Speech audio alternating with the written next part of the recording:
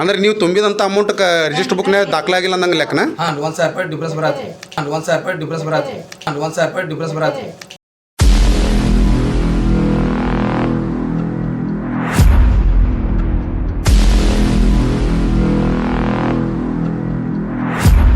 ಯಾರ ಕಡೆ ತುಂಬಾತ್ರಿ?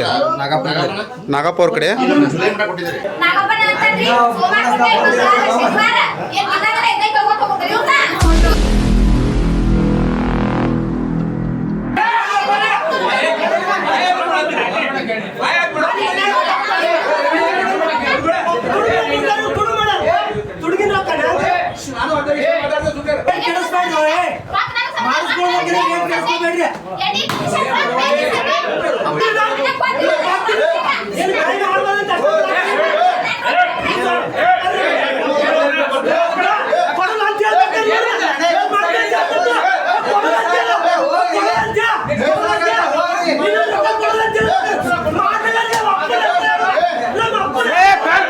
Pigmy collector ಹೇಳ್ತಾರೆ.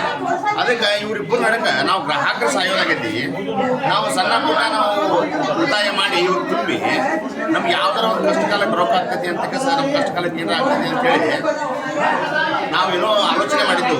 ಆದರೆ ಈಗ ನಮ್ಮ ಹಣ ಎಲ್ಲ ನಮಗೆ ದುರುಪಯೋಗ ಮಾಡಿ ನಮ್ಮನ್ನೆಲ್ಲ ಮಾಡ್ಕೊಡುವಂಥ ಒಂದು ಷಡ್ಯಂತ್ರ ನಡೆದಿಲ್ಲಿ. ಅದೇನಂಬುದು ಗೊತ್ತಾಗದಂಗೆ ಆಗೈತಿ.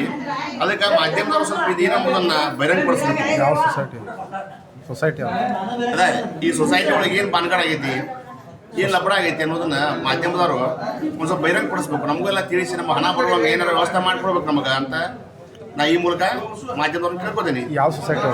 ಮಹಾಲಕ್ಷ್ಮಿ ಸೊಸೈಟಿ. ಊರ ಹೆಸರ ಏನು? Mahalakshmi society, Kittur branch.